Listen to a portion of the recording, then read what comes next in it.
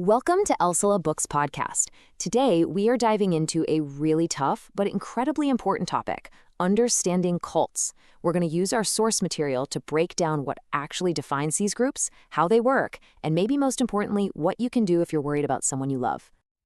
If it sounds too good to be true, it probably is. Wow, that's a powerful warning from Ginny Mills, who is a member of the People's Temple. Her words really cut straight to the heart of the issue, you know? It's that deceptive charm, that allure, that's so often the way in. It's a pretty stark reminder of why this is such a vital conversation to have. So, what is it that actually makes a group a cult? Our source author, John Edmiston, looks at this from two different angles.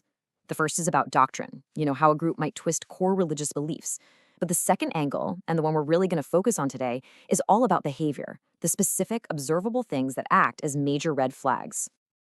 Right, because while debating beliefs can get pretty complicated and go in circles, the source suggests that certain behaviors are almost universal signs of trouble.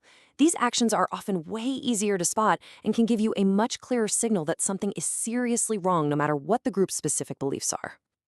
The author actually lays out a pretty extensive list, 23 behaviors in total. Now, to make this a little easier to digest, we're going to group them into a few major themes. This should help us see the patterns of control that just seem to pop up over and over again. Okay, so let's get right into it. These are the behavioral red flags. We're talking about specific actions and group dynamics that should make you pause and really pay attention, starting with how they control the personal lives of their members. The first big theme is control over a person's most intimate choices. This can look like leaders arranging who you marry, or even forbidding marriage altogether. It can be extreme diets, not for health, but for some idea of purity. It can even mean encouraging harsh physical treatment of your own body and pushing this culture of false humility. The second theme, it's all about controlling beliefs and who has authority. Our source points to groups that basically invent their own self-made religion, totally reject any outside criticism, and build up this massive sense of spiritual pride. In groups like these, you'll often see that personal visions or feelings become way more important than any established doctrine. Now, this is so important. The author gives us a really practical rule of thumb here. Look, one weird behavior might just be a fluke, but when you start spotting 3 or more of these red flags in one group, that is a very strong sign that it's heading down a dangerous path. So, now that we've seen what these groups do, let's pull back the curtain and look at how they do it. We're going to shift gears now to the psychological tools they use to get and keep such a powerful grip on their members.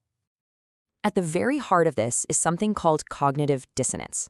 It sounds academic, but it's that really uncomfortable feeling you get when your actions don't line up with your beliefs.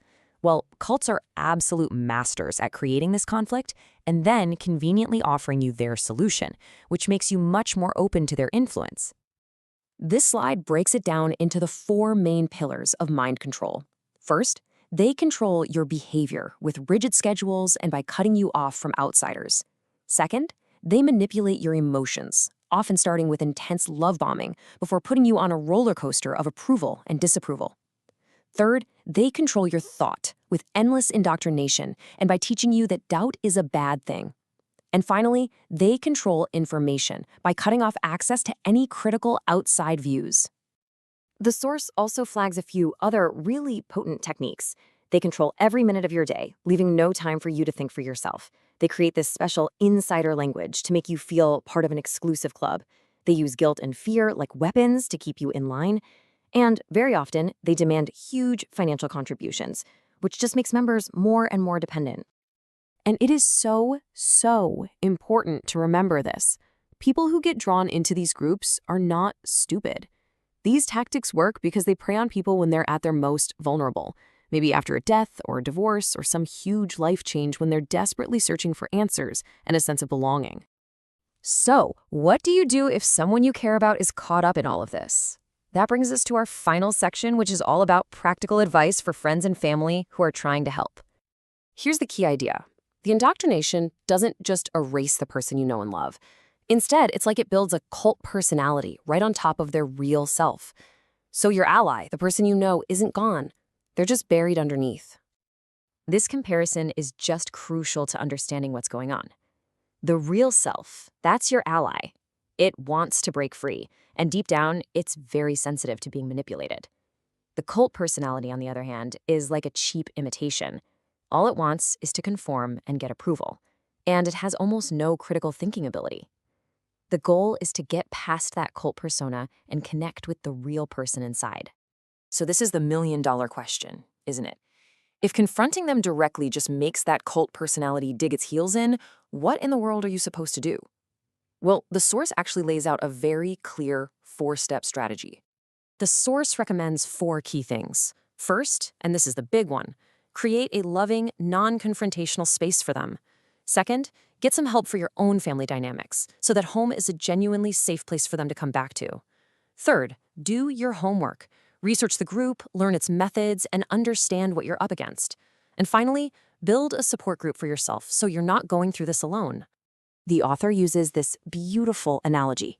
The cult personality is like a coat. Anger and confrontation are like the wind. They just make the person hold on to that coat even tighter. But warmth, love, and acceptance, that's like the sun.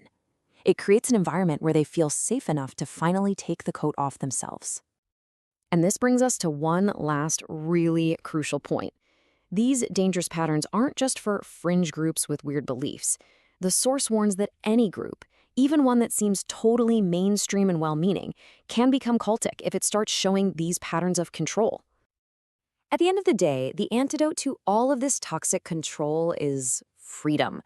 Healthy communities, whether they're religious or not, have to allow people to be critical and to think for themselves. They have to give up that desire to control people and instead empower them. And that leaves us with a really challenging question to think about. These patterns, they're not just in religion. They can show up in businesses, political movements, even social clubs. So the question for all of us is, where do we draw the line between a healthy, passionate community and one that becomes destructive? Thank you for listening, and do subscribe to our channel for more.